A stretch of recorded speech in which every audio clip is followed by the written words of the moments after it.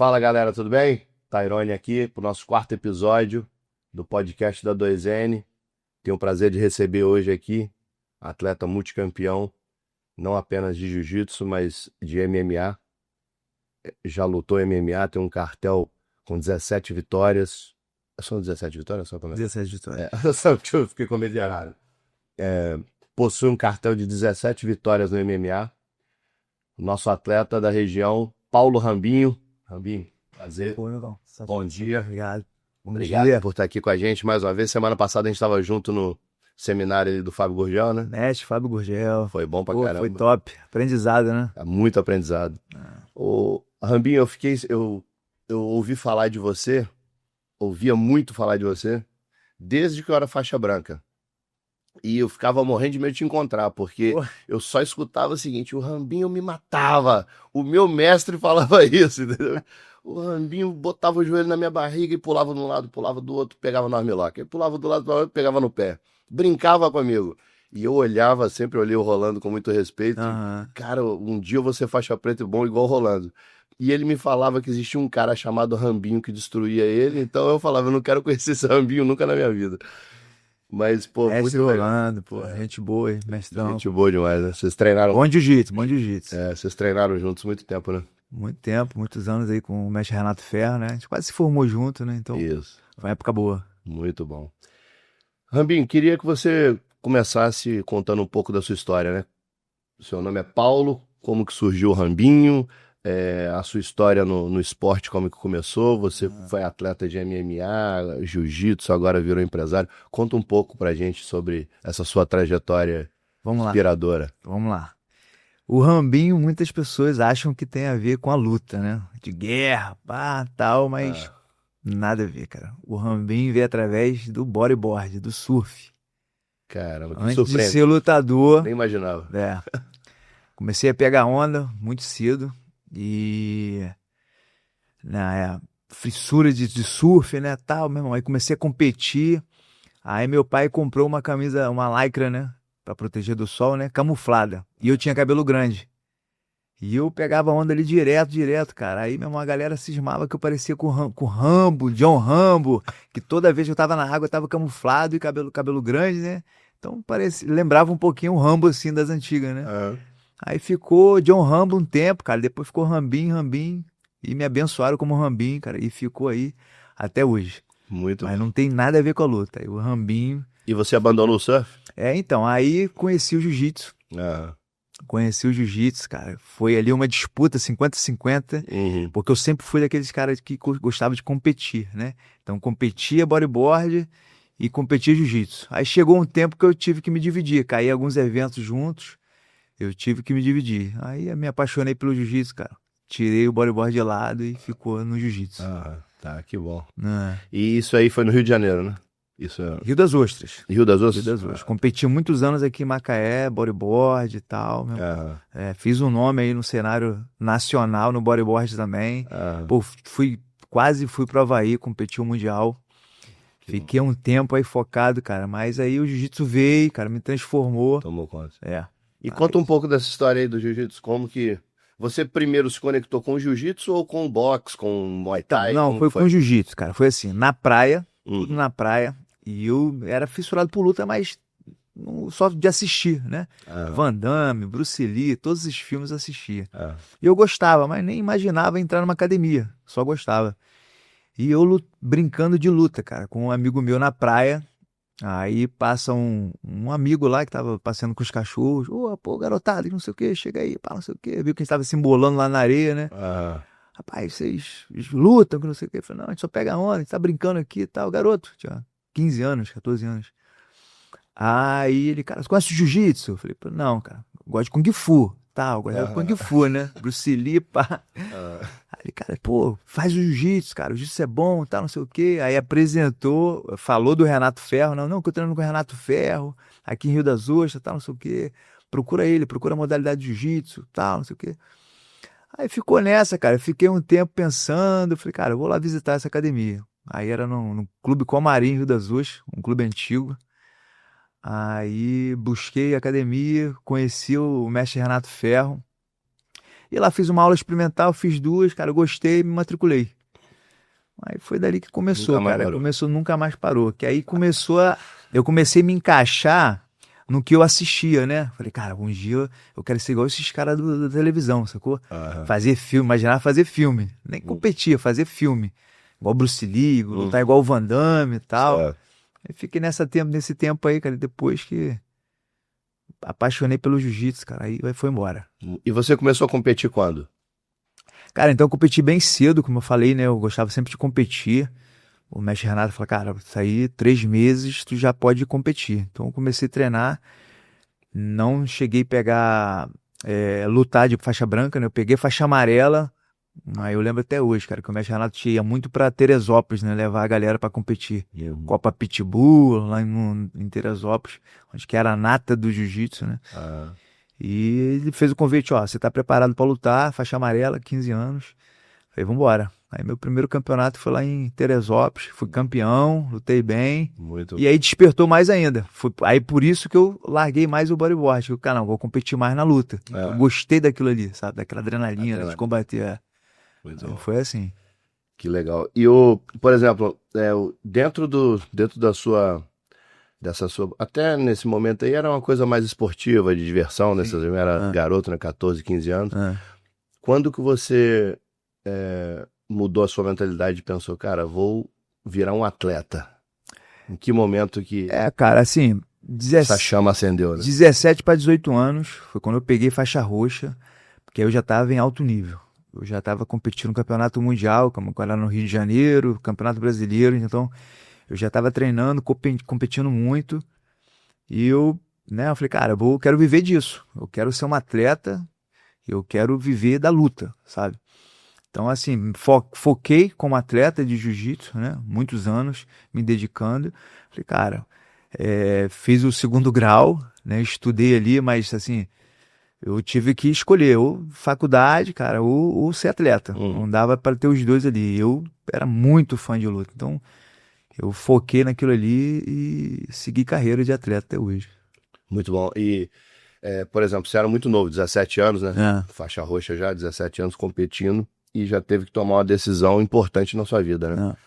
Às vezes a gente é bastante jovem. Qualquer pessoa que está estudando e pretende ter uma profissão, pensa qual faculdade que eu vou fazer, qual curso. Aí olha para o pai, olha para a mãe, olha para o amigo, pensa, poxa, quais são minhas referências aqui? Onde que eu vou, né? E geralmente é difícil para a pessoa tomar uma decisão. Sim. Muita gente toma uma decisão errada. Só que a pessoa saber o que ela não quer também ajuda, né? Então, se você pensa assim, poxa, eu não quero, de repente, seguir uma carreira numa empresa. Eu quero ser um atleta. Sim. Já é meio caminho andado para saber as escolhas que você vai ter que tomar. Então, a partir do momento que você tomou essa decisão de vou ser atleta, aí você deixou um pouco a escola de lado, né, como você disse, e focou na sua profissão de atleta. É assim, Antônio, eu sempre novo, cara, eu sempre tive a firmeza do que eu queria, assim, sabe? Mas eu sempre fui um cara, assim, de estratégia, né? Eu sempre fui planejador. Falei, cara, pô, vamos lá, você é atleta, pô, aí começou aquele crescimento, né, do esporte, né, do jiu-jitsu e tal, não sei o quê. Aí um amigo meu foi pra fora, foi pros Estados Unidos. Ele, Rambinho, vim pros Estados Unidos, tal, não sei o quê, tô treinando, vou dar aula, tal, não sei o quê, vou te fazer o convite. Então eu já pensei, cara, posso crescer lá nos Estados Unidos, né? Fazer minha carreira lá também como lutador. Então eu pensei o seguinte, pô, parei de estudar, falei, não, vou fazer curso. Aí comecei a fazer curso de informática, curso de inglês e comecei a me profissionalizar nessa parte assim, sabe? Mais voltado pra arte marcial. Certo. E depois, cara, eu não consegui entrar nos Estados Unidos, né? Mas assim, a minha chama não apagou, só acelerou mais ainda, não, cara. Uma hora eu vou, e se eu não for, eu vou fazer minha carreira aqui, porque eu bati o martelo que eu queria ser lutador, eu queria ser atleta, eu queria viver da luta. Entendeu? Isso aí foi... A minha mente sempre esteve preparado para isso, sabe? Eu não pensava 2 vezes. E o incentivo dos pais também foi importante, né? Dos meus pais. Falei, meu filho, você quer ser lutador, tal? Então vamos pagar o preço, vamos fazer por onde e vamos se dedicar. Então eu tô aqui para te incentivar e isso me ajudou muito. Né? Não foi, não, você tem que estudar, tal, não sei o quê. Não, completei ali meus estudos, mas não queria seguir uma carreira né, fora da luta. E você tá com quantos anos hoje, Rambinho? Tô com 43. Então, 43. Em que momento que você migrou de atleta para empresário? Você resolveu, vou montar minha própria academia, ter meus alunos. Tipo assim, todo atleta, ele tem um tempo, né? Então é uma carreira curta, né? Todo atleta, assim, de luta, então é carreira curta, né? Questão de lesões, enfim. Eu cheguei no top do meu nível, assim, de atleta, né? Pô, já quase entrei 2 vezes no UFC, que é o maior evento de lutas, né? De MMA. Bati na trave as 2 vezes. Pô. Como que foi isso? Você fez Cara, aquele TUF? não foi. Eu quase entrei no TUF, mas não entrei no TUF, mas foi lutas mesmo. A minha primeira luta aqui, tipo assim, tava com um empresário lá, ele falou, Rambinho, se você ganhar essa luta, você assina o UFC. Eu tava bem na fita. E era eu e Durin, Gilbert Durin. Nossa. E foi um evento assim, foi o face to face, foi disputa de cinturão, e era a luta principal do evento, e foi pela Fox Sport, né, mundialmente, aberto, ao vivo. E, cara, ele falou, cara, se você ganhar essa luta, você assina o contrato com o UFC. Quem assinasse, né? Quem ganhasse, E, cara, eu me preparei, treinei tudo que tinha que treinar, mas no dia não foi a minha vitória, sabe? Foi a vitória dele. Aí perdi a luta pro Durin. Aí passou aqui umas 2 semanas depois, pô, já vi lá a notícia lá, ele assinou com um contrato lá com a UFC, fiquei feliz também que era a vez dele, né? E passei um tempo, voltei a treinar, continuei treinando, pedi outra oportunidade pro evento, cara, não, pô, me dá outra oportunidade pelo cinturão e tal, não sei o quê. Falei com o meu empresário, falei, vamos tentar de novo, né? Tá vindo de derrota, mas vamos tentar de novo. É um cinturão que tá em jogo e é um evento grande no Brasil. E pedi de novo a revanche, né? Mas aí o Durin não aceitou, né? Que já estava contratado, né? Aí me colocaram lá outro adversário. Aí mais uma vez também bati na trave, cara. Aí foi uma luta dura, mas não consegui. Aí dali, cara, eu comecei a me descansar mais. Eu fiquei, cara, tinha uns 38, 39 anos, assim, sabe? Eu já sabia mais ou menos como é que funcionava o UFC, né? Pô, chega um tempo que eles não aceitam mais, né? Por idade. Conversei com o meu empresário, cara, tô de boa, tô tranquilo. Se eu assinar algum contrato com algum evento que não seja o UFC, tá bom também, como eu falei, pô, quero viver disso, então, né? Eu acho que lutando fora, eu acho que eu ganho um dinheiro e tal, mas nem pensando como empresário mesmo, mas como lutador. E, cara, aí chegou um tempo que eu comecei a descansar, acho que fiz 2 lutas, depois dessas 2 derrotas, né? No Brasil mesmo, ganhei. Tive uma proposta para ir lá lutar em Londres, fui, mas não aconteceu a luta, teve vários imprevistos lá. Voltei, aí eu comecei já, pô, cara, acho que já tá dando, já não tenho o mesmo gás, já não tô na mesma pegada de treinar, de competir. E lá em Londres foi onde acendeu a sementinha como empresário, sabe? Porque eu fui pra lá, fiquei 20 dias. Aí eu fiquei numa academia lá, que era a Gracie Barra, né? Fiquei hospedado lá na academia do amigo lá, depois do hotel, né, tal. E ali eu comecei a conhecer, ver a academia de uma outra maneira, sabe? Eles vendo a academia como uma empresa mesmo. Falei, cara, pô, acho que é aí. Eu tinha minha equipe aqui no Brasil e tal, mas era uma academia de luta, não era uma empresa. E daí eu comecei a estudar ali as possibilidades de eu caminhar junto com eles, entendeu? E aprender um pouco mais e realmente viver disso, né? Como empresário. Como é que eu vou transformar a minha academia de jiu-jitsu numa empresa, não só numa escola de jiu-jitsu, mas uma empresa, né? Onde eu possa ter meus benefícios, né? Realmente conquistar algo maior, né? Para mim, para minha família. E, cara, foi mais ou menos isso, sabe? Isso que aconteceu. Chegou no tempo que eu dei uma paralisada, dei uma freada e comecei a planejar. Pô, cara, não. 40 e poucos anos, o UFC já não me aceita. Alguns eventos é difícil. Vou lutar 2, 3 vezes por ano. Aí eu vou ganhar X valor. Até onde vale a pena? Pô, vou montar uma empresa, uma academia realmente estruturada para fazer aluno, né? Aproveitar um pouco da bagagem que eu tive de experiência, né? Com o nome e tal. Falei, cara, vou realmente estar indo mais pro lado de virar professor e virar empresário, entendeu? Aí, cara, só planejei, organizei e tô aí. E é aí que a gente entra num tema, né, que é um dos pilares do jiu-jitsu que a gente está discutindo nesse podcast hoje, que é a estratégia. É, Então você percebeu que já não dava mais, você já chegou no nível máximo lá de atleta, sim. você era faixa preta, multicampeão, e você falou, cara, só que eu já tô no meu limite aqui, daqui é ladeira abaixo, e é normal, toda profissão tem um declínio, né? É. Principalmente de atleta, como você disse, a vida do atleta é curta, né? É curta. De alto nível. Então, você foi, percebeu isso, e com a mentalidade e com a estratégia bem alinhada, você pensou, como que eu vou fazer para fazer essa migração aí de atleta de altíssimo nível para empresário? Empresário. E aí você teve que ter muita humildade para falar, cara, eu vou ser um empresário faixa branca, eu vou começar agora, Faixa branca, isso aí. vou ter que aprender como abre uma empresa, como toca um negócio, como contrata gente, como forma aluno. Você já formou quantas faixas pretas? Pô, mais de 30, cara. É. Deve ter uma faixa de 36 alunos pretas aí. Qual que é a sensação quando você forma a malha e a faixa preta na cintura de um aluno seu que começou com você? Cara, de gratidão, né? Assim, de fazer pelo próximo, né, cara? Como eu aprendi muito no jiu-jitsu, né? O jiu-jitsu me forjou, né? O jiu-jitsu me ajudou muito como pessoa. E eu falei, cara, eu tenho que retribuir isso, né? Então, da melhor forma foi a estratégia usando a arte marcial, o jiu-jitsu. Então, quando a gente forma um faixa preta, cara, assim, não é missão cumprida, sabe? Eu falo que, pô, faixa preta agora que você vai começar a aprender o verdadeiro jiu-jitsu, né? Não só como técnicas, mas como pessoa mesmo, sabe? Como Estilo de vida. estilo de vida, caráter de pessoa, de um faixa preta.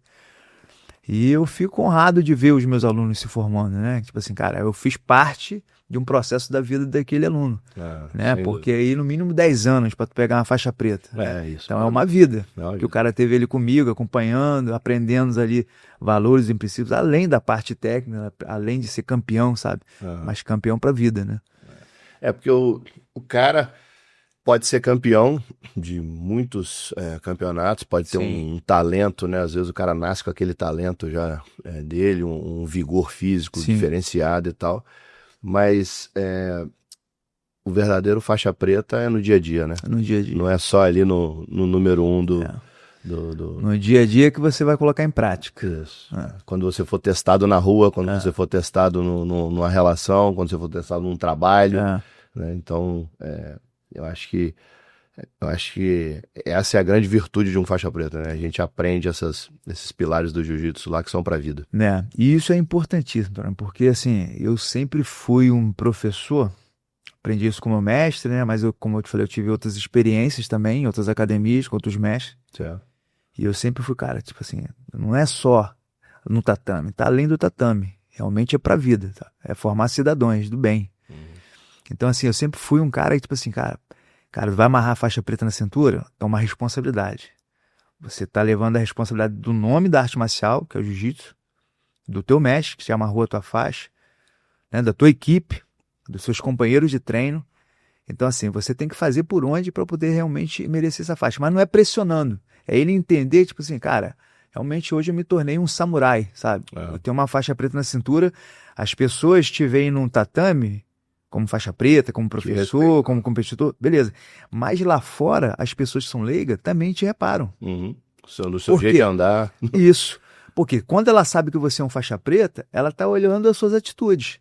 Porque ela imagina o quê? Pô, um faixa preta é um samurai, um faixa preta é um ninja, um faixa preta de arte marcial, ele é algo diferente.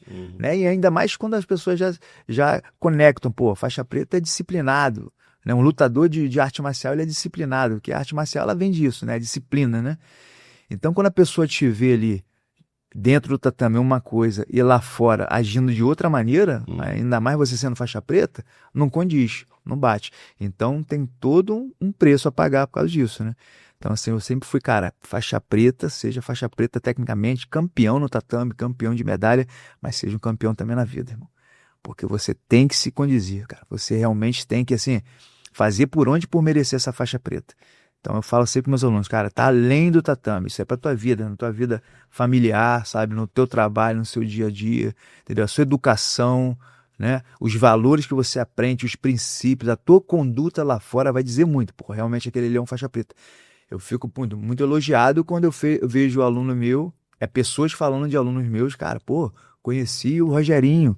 Cara, que cara educado, cara simples, meu irmão. Parece um gentleman, um cara bom, um cara manso, um cara que tem autocontrole, sabe falar, sabe conversar.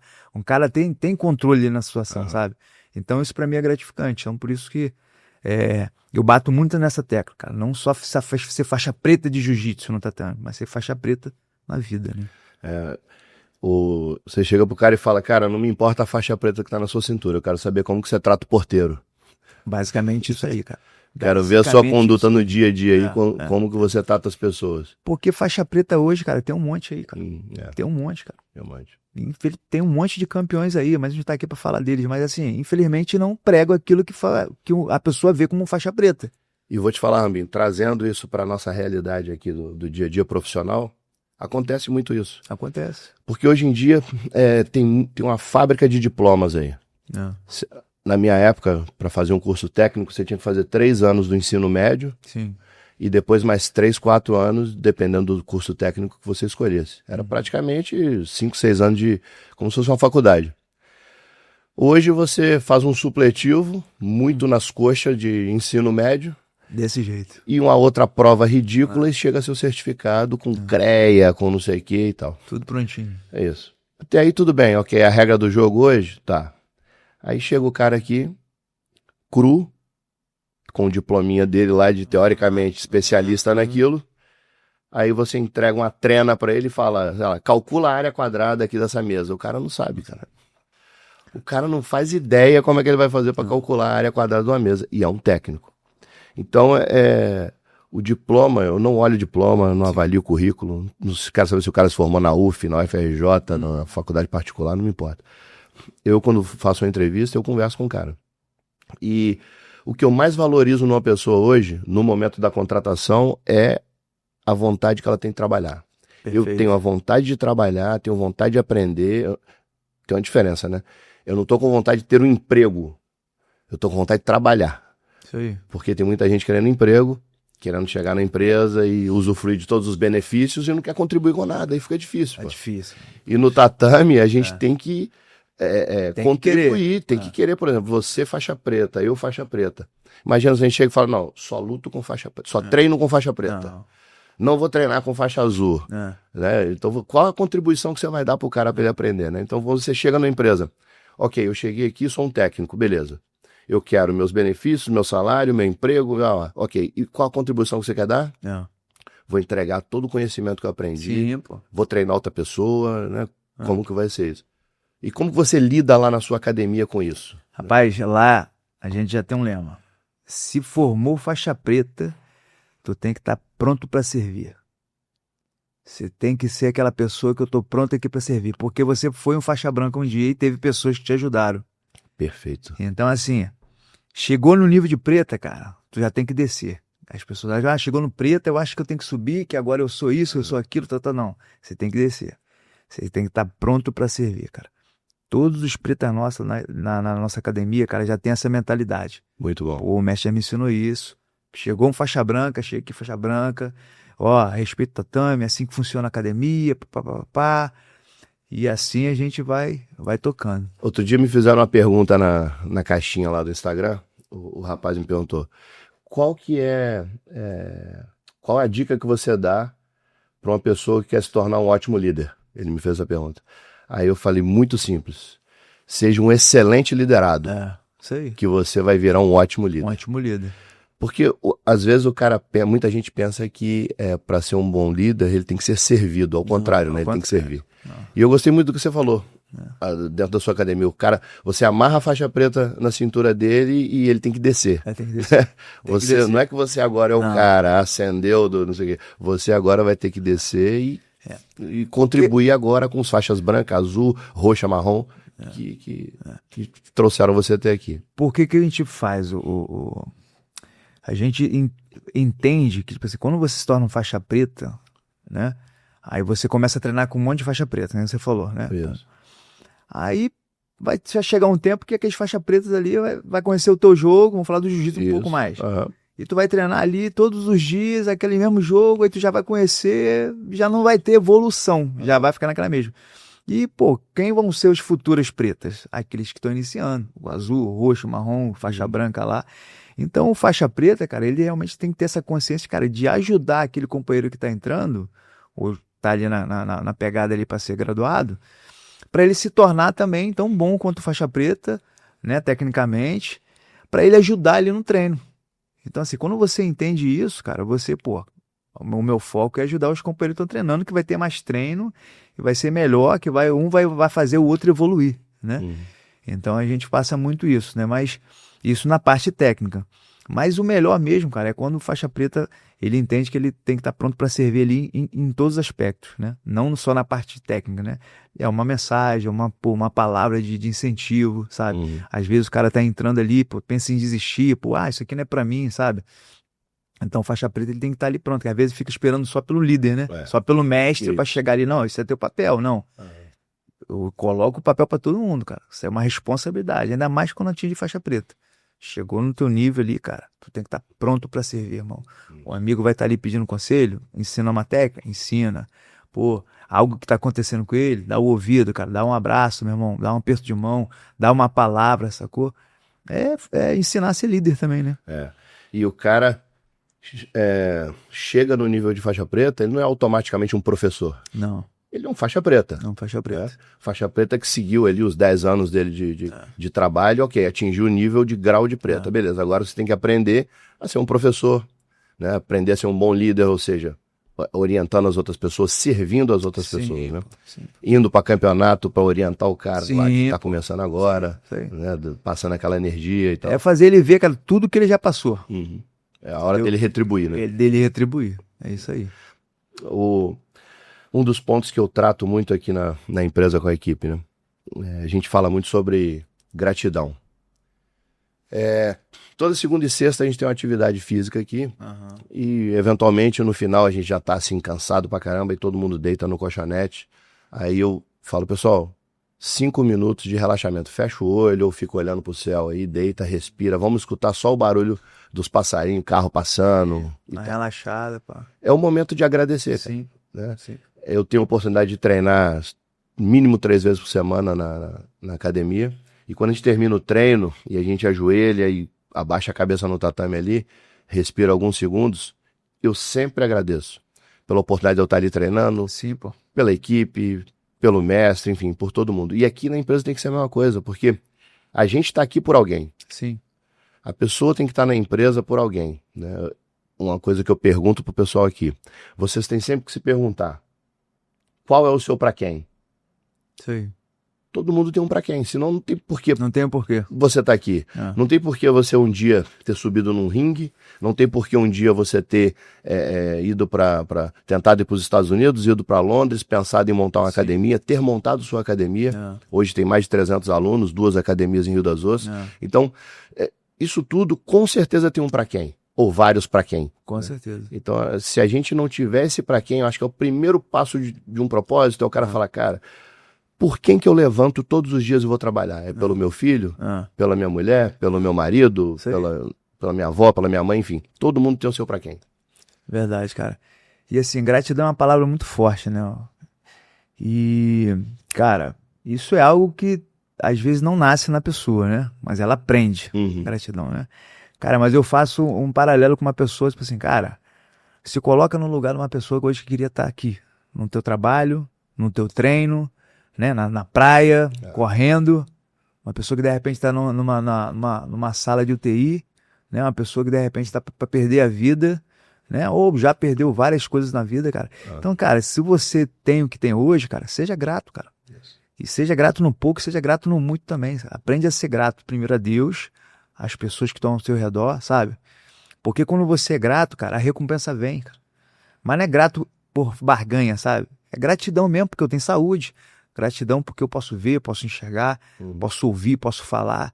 Gratidão porque hoje eu estou aqui perto dos meus pais. Gratidão que hoje eu tenho um trabalho independente de valores. Grato, meu irmão, pela minha vida, pela minha família, grato por tudo. Então, assim, realmente é algo top que você faz. Isso é importantíssimo. Como eu te falei, nem todo mundo é grato, né?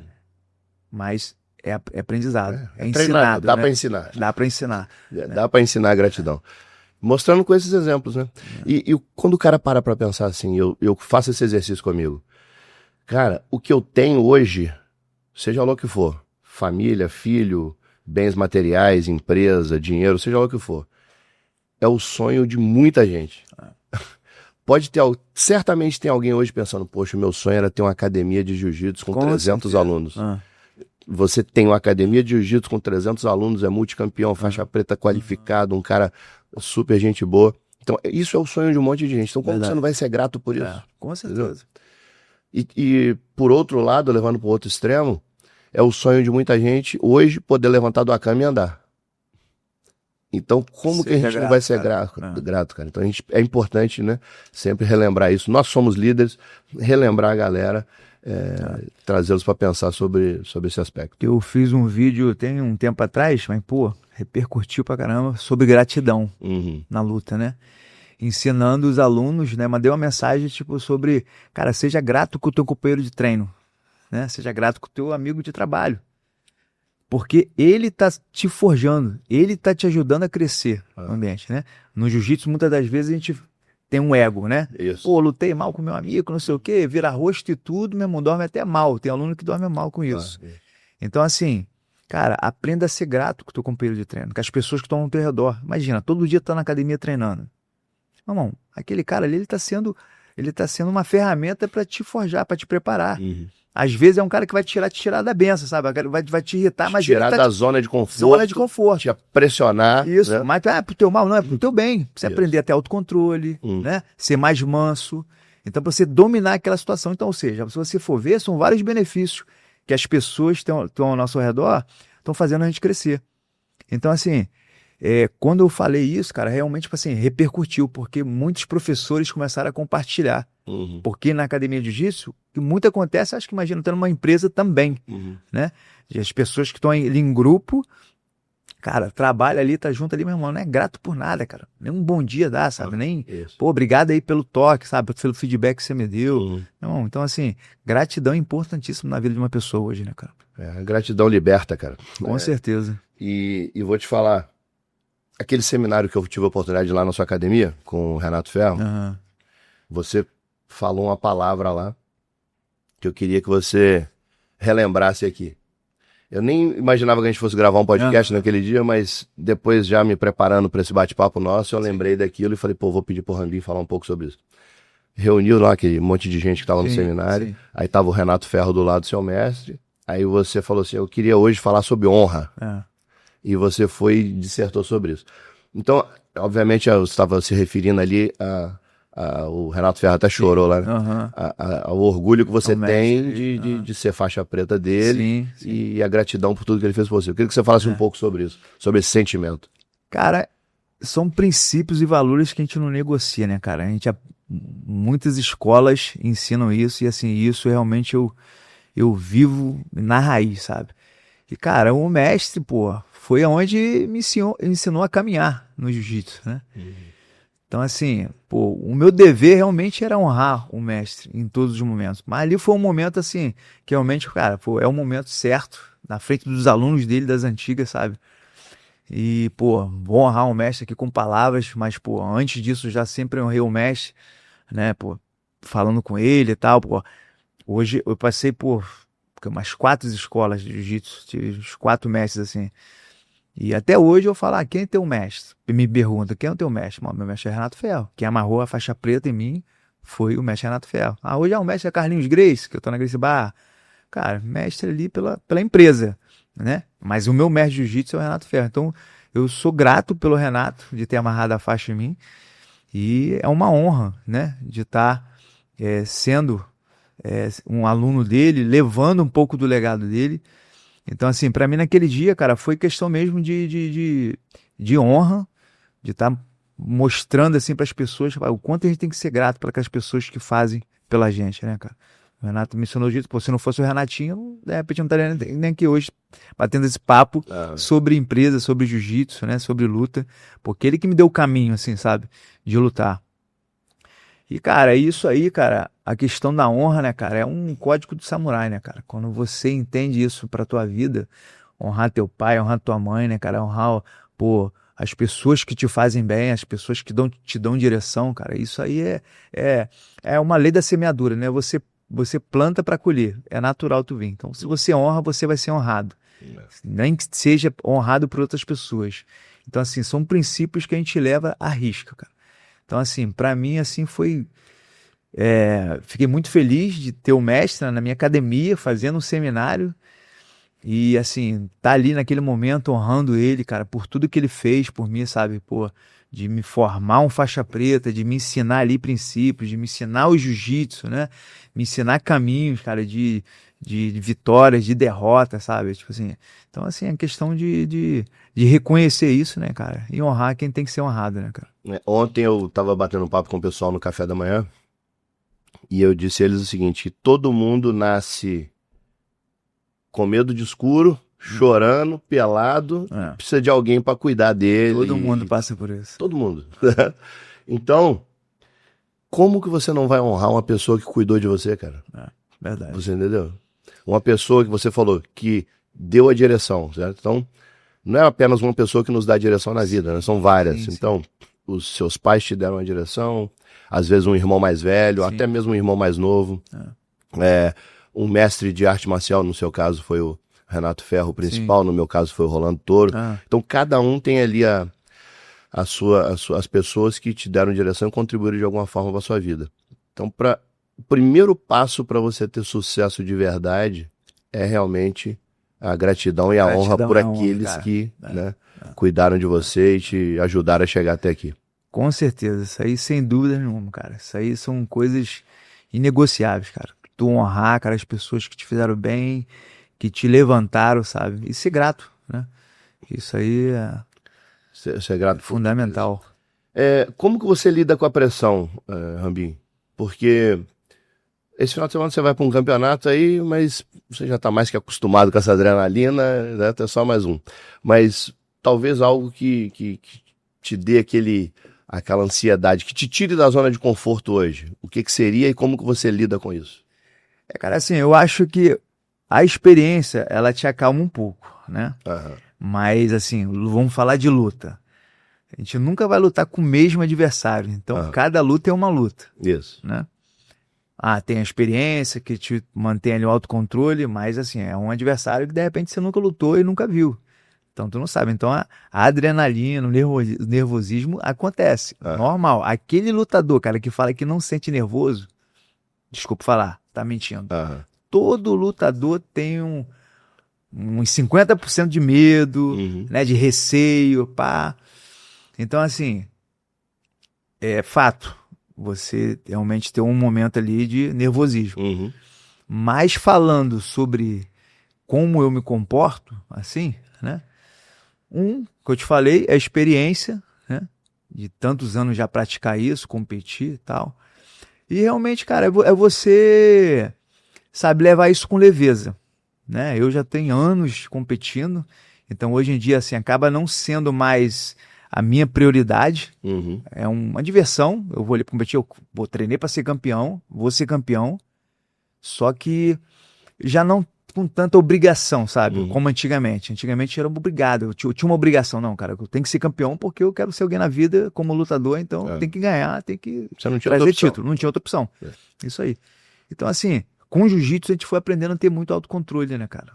A ser mais leve naquilo, sabe? Então, assim, hoje eu mentalizo, né, a minha luta, penso sempre em primeiro lugar, cara, Deus, na minha família, cara, tô aqui com as minhas coisas e tal, não sei o que, eu vou ali fazer um combate, ganhei, show, não ganhei, meu irmão, vida que segue, vou continuar lutando porque isso... Treinar no dia seguinte, e é isso. A experiência te ajuda muito, né, cara, a controlar isso, entendeu? Mas eu acho que tá aqui, ó, tá na mente, entendeu? E falando de negócios, na luta, beleza. E nos negócios, por exemplo, se você tiver que montar uma outra unidade fora do Rio de Janeiro, por exemplo.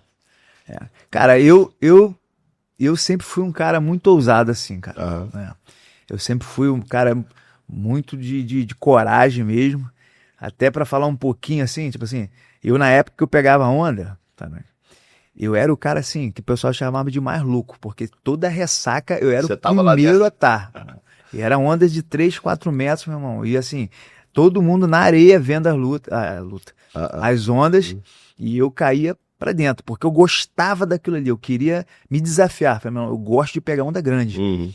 E assim foi também na minha carreira como lutador. Já voltando um pouco, falando sobre coragem e ousadia, falei, cara, na academia lá onde eu treinava com o Renato, não se falava de vale tudo, que era vale tudo antigamente. Eu falei, cara, meu irmão, eu quero lutar vale tudo, eu quero ser lutador mesmo, né? Então, meu irmão, eu fui sozinho pro Rio de Janeiro, encarei, meu irmão, as academias lá, os caras treinando, pô, treinei com Anderson Silva, Vitor Belfort, Lyoto Machida, treinando na Tinogueira com os caras, sacou? Fiquei assim, um bom tempo da minha vida treinando com eles, entendeu? Mas sozinho.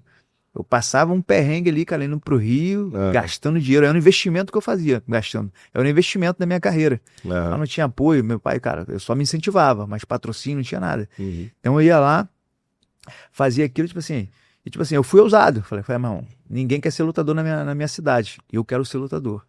Então fui lá, aceitei o desafio, né? Virei lutador, lutei. E eu, cara, sempre nunca tive medo de aceitar, assim, sabe? Desafios. Então, assim, quando eu migrei para Gracie Barra, eu pensei, cara, vou abrir realmente uma empresa, que eu sei como tá funcionando, mas tem uns processos, né? E aquilo ali, como eu tava vindo de uma outra equipe, sabe? Aquilo ali, de repente, ia ser uma barreira para mim. Eu tinha minha equipe antigamente, que era Art Combat, e tinha 2 sócios. Falei, cara, como é que eu vou chegar e sair da equipe, montar minha empresa e começar do zero, né? Ser um faixa branca como empresário. Mas eu falei, cara, se eu quero isso pra minha vida, cara, pro meu bem-estar e pra minha família, como você falou, eu tenho que pensar na pessoa que tá ao meu redor. Eu falei, cara, eu tô aí. Então, assim, foi algo que eu abracei sem medo, sabe? Sem pensar mesmo e fui. Rambinho, tem uma coisa que eu falo que me lembrou aqui agora. Você me lembrou disso agora aqui. Sobre mentalidade vencedora, né? Todo mundo tem um pouquinho de medo e um pouquinho de coragem. Então, tomara que o cara tenha 49% de medo e 51% de coragem, tá bom. Certo? Mas o que eu falo é o seguinte, se tudo der certo, nós vamos ter 5 décadas pra botar pra fuder. 5 décadas mesmo. Por quê? Até os 15 anos, você é meio que conduzido pelos pais, pela família e tal. Você é moleque. Influência ali. Influência. Aí os últimos, aí depois vem dos 15 anos, aí vem a primeira década, até os 25, segunda década 35, 45, 50, 65 anos. 65 o cara já tá na descendente, né? Não tá naquele nível dele mais de gás absurdo. Então essas 5 décadas aí a gente tem que jogar duro, porque depois a partir dos 65 já passou. É ladeira abaixo, amigo, entendeu? Se tudo der certo, nós vamos viver 80 anos. A vida é um risco, né, cara? Isso. E são só 5 décadas que a gente pode jogar duro. Aí se você perde isso porque tá com medo, entendeu? Se você pegava um ônibus e ia sozinho pro Rio, sair na porrada com o pessoal, numa época que nem se falava em Vale Tudo. Verdade. Foi por aí. Foi desse jeito mesmo, cara. E pensando como empreendedor, foi a mesma coisa, cara. Eu sempre gostei de me arriscar, nunca tive medo. Vai abrir uma academia desse tamanho, vai investir nisso, vai investir naquilo, e se der errado. Eu aprendi na minha carreira como lutador, ainda mais como de MMA, que eu tive que apagar algumas palavras do meu dicionário de vida. Se eu conseguir, será que eu consigo, será que eu posso?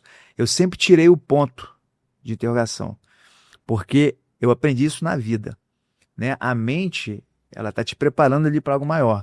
Se você não tiver um controle da tua mente, realmente você pode para frente ou para trás, né? Para cima ou para baixo. Então, toda vez, Taunani, que eu treinava 100%, cara, estava bem preparado fisicamente, mas mentalmente eu não estava bem preparado, porque eu colocava essas dúvidas na minha mente.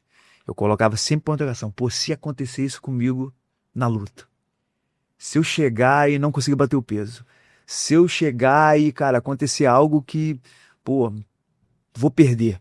Então já ficava ali com 50% do medo, né? Então já me botava dúvidas. E, cara, fato, sempre quando eu entrava pra lutar pensando assim já, e eu tentava... Se acontecia. Se acontecesse, meu irmão, bingo, pum, perdi a luta. Cara. Naquilo que você pensou que era Naquilo. Você plantou a derrota. Eu plantei, porque isso aí.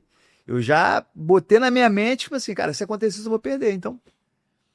Aí quando eu comecei a matar, eu mesmo, cara, não, isso aqui eu vou apagar. Não existe mais isso. Eu vou conseguir, eu posso e ponto final. Isso aí ninguém me ensinou, foi eu mesmo, cara. Se eu quero chegar em algum lugar mais alto, cara, é eu contra eu mesmo, sacou? As pessoas estão ali ao teu redor para te incentivar, algumas pessoas sim, mas quando você quer, você faz acontecer. E ponto. E eu botei na tela, cara, isso não pode existir na minha mente. Meu irmão, aí começou a vir as vitórias. Pum, pum. Porque às vezes vem, né? Pô, mas eu pego um cara duro, um cara mais alto, um cara mais forte. Pô, o cara é campeão disso, tal, não sei o quê. E tu olha, tu vê a luta, tu organiza. Pô, mas pode vir, mas não, meu irmão. Eu vou e ponto final, cara. Sacou? Então, assim, quando eu comecei a tirar esses vocabulários da minha mente, até do meu declarar, aquilo ali, cara, me projetou de uma maneira... Me esticou como pessoa, como atleta, como empreendedor, como pai de família, sabe? Porque é mente firme, sabe? Perfeito, perfeito. E eu também trabalho muito isso na minha cabeça. Eu não penso em se der errado, não. Eu penso o seguinte, se der certo. Isso aí, Né? isso aí. E se eu for lá e for campeão? E vai ser isso que vai acontecer. Além, cara, o que fiz, se der errado, ficou como experiência. Ficou como aprendizado. Hoje a gente fala no jiu-jitsu, cara, você nunca perde, você aprende. Eu não perdi, eu aprendi algo ali que poderia ser melhor, poderia melhorar. Então, assim, hoje esses dois lemas que eu levo, cara. Ganhou, ganhou. Perdeu, não perdeu, tu aprendeu. Muito bom, excelente. Isso aí vai blindando aquela mentalidade vencedora, né? Com certeza. Aí você acaba lidando com a pressão de uma forma melhor. Isso a aí. Pressão que a gente coloca na gente mesmo. É isso aí. Às vezes a pessoa não tá nem aí pra você. Não. Mas você se coloca uma pessoa e fala, cara, e o que vão pensar de mim? O cara não tá pensando nada de você. Eu falo, eu tenho uns 2 alunos que mesmo são muito bons em jiu-jitsu. São assim para ser campeões mundiais. Mas a mente não é boa. E eu trabalho isso com eles direto, mesmo, toda vez. Cara, viu o teu lutador uma vez? Show de bola. Faz o seu. Não fica se preocupando com o dele, não. Você tem que ser estratégico, você tem que planejar, tem que fazer mais focado no seu. Porque quando a pessoa ela foca muito no adversário, falando de luta, né? Ela às vezes vê algo, brechas, que pode ser positiva, mas vê algo negativos também. Pô, eu faço isso bem na academia, mas eu não vou fazer isso bem com esse adversário porque ele faz isso melhor. Então, assim, o que eu faço? Cara, eu vejo lá o lutador que eu vou lutar, se fosse uma luta casada, né? Eu vejo ali, analiso ali os pontos fortes, os pontos fracos dele, monto a minha estratégia de luta, mas eu não fico olhando lutas anteriores, sonhando com o cara. Eu foco no que eu vou fazer, sabe? Eu já sei mais ou menos ali, já planejei o meu treinamento. Meu irmão, então é aquilo ali que eu vou fazer. É aquilo ali que eu vou insistir, persistir, e a vitória vai vir através daquilo ali. Eu tenho uma forma de pensar, talvez seja exagerada. Mas eu penso o seguinte, se o cara tá aqui no planeta Terra, ele não tem nada melhor do que eu. Nada de especial. Verdade. Se ele encarnou nesse mesmo planeta que eu, a gente tá no mesmo nível de evolução espiritual, amigo. Então nós vamos sair na porrada, seja a hora que for. É isso aí. E uma vez eu fui fazer uma luta, fui num campeonato, e eu era faixa marrom. Aí eu peguei lá os dados do cara que eu ia lutar e mostrei pro meu mestre, né? Falei, olha a minha primeira luta aqui, o cara é boxeador, faixa preta de Muay Thai, capoeirista. Aí o Rolando falou, para, Tairone. Ele é faixa marrom de jiu-jitsu. E você é faixa marrom de jiu-jitsu. E você vai matar ele. Isso aí. Ele não vai lutar capoeira com você lá. Ele não vai lutar boxe ou MMA. Ele vai lutar jiu-jitsu.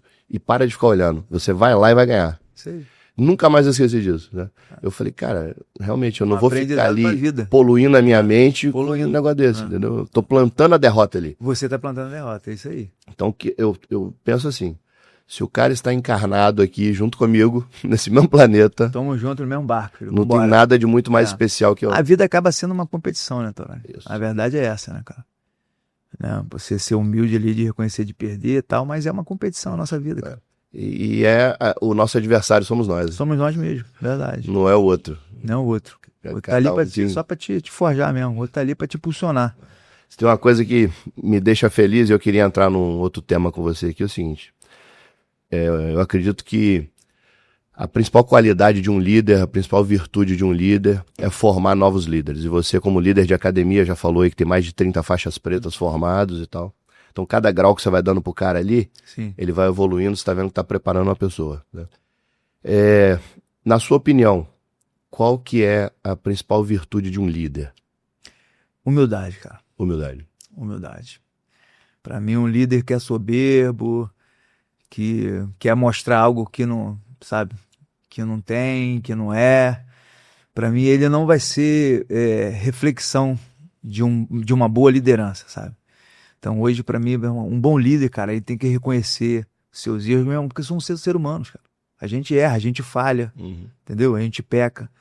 Então, quando a gente é humilde de reconhecer isso, e é humilde de viver, você transmite uma liderança positiva, sabe?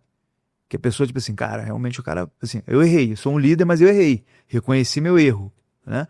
Pô, o cara tá olhando pra mim de uma outra maneira. Cara, o cara é líder, o cara é o chefe, o cara é o mestre, tá? Não sei o que, ele reconheceu que ele errou. Pô, isso é lindo, isso é bonito, sabe?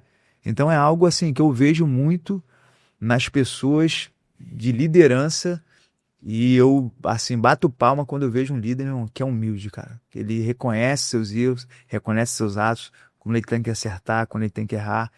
E, cara, quando ele leva isso também com a sua liderança, né? Porque eu estou falando, não adianta ser só um líder só naquele momento. Você tem que ser um líder para a vida. E como você está forjando, preparando bons líderes, você tem que ser o reflexo daquela pessoa, né?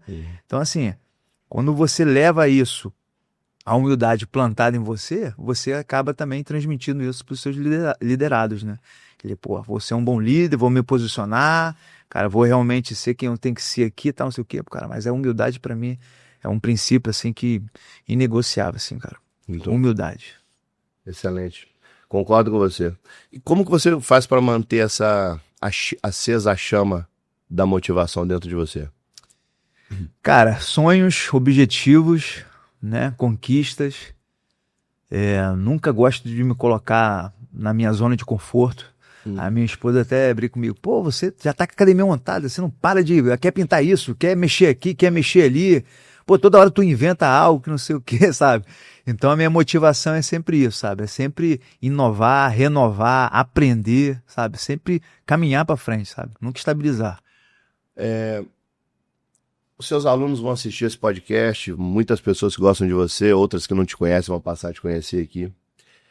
Qual que é a lição que você gostaria de deixar para as pessoas assim nesse podcast nosso hoje?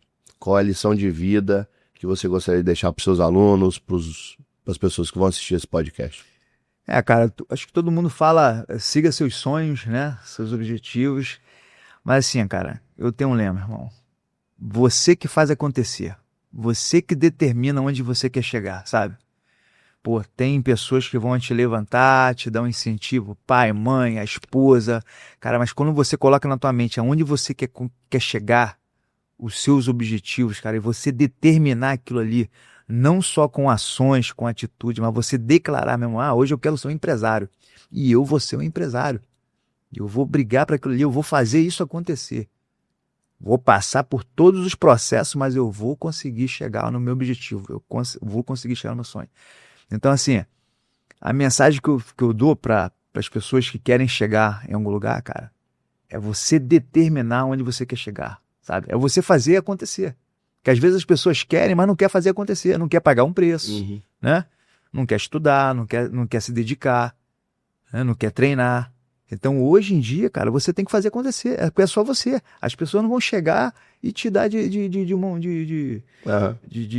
graça, não, cara. Se tem uma coisa que nem Deus pode fazer pelo cara, é a parte dele, né? Deus fala o quê? Eu vou te ensinar a pescar. Eu não vou te dar o peixe na tua mão. Tu tem que aprender, tu tem que correr atrás, cara. Inspiração, transpiração, respiração, tudo tem ação, você tem que se mover. Tem ação. Né? Cara, a gente fala, eu sou cristão, né? Sou evangélico.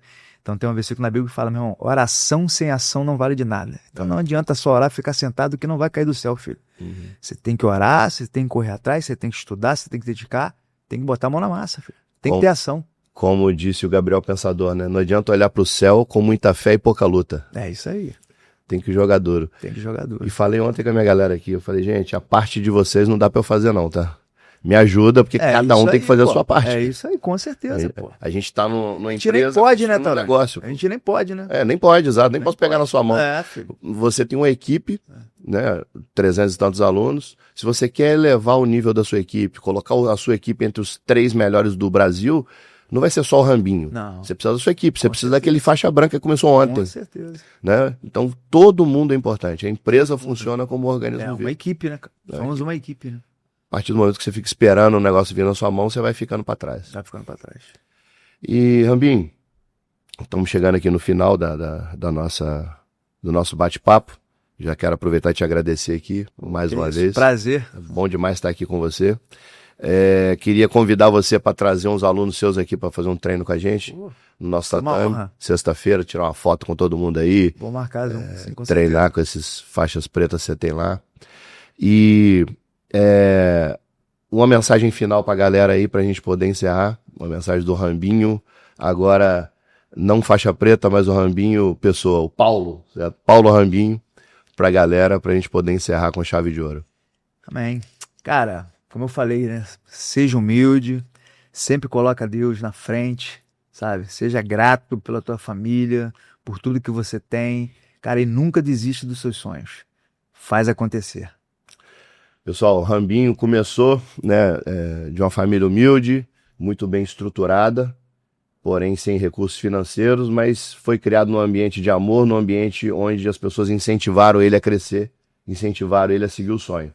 Mas graças a ele, a ação dele, exclusivamente dele, ele colocou a cara, foi lá, desenvolveu, cresceu. Hoje, aos 43 anos, tem a sua independência, a sua família constituída, uma academia linda, 300 alunos, e está aí seguindo o sonho, e vai jogar muito duro por aí ainda. E é um grande prazer ser amigo desse cara. Obrigado a vocês, espero que vocês tenham curtido esse podcast, e vocês vão ver mais fotos e vídeos do Rambinho aqui na nossa academia treinando muito em breve. Vamos estar junto aí. Amigo, muito obrigado. Um abraço. Top.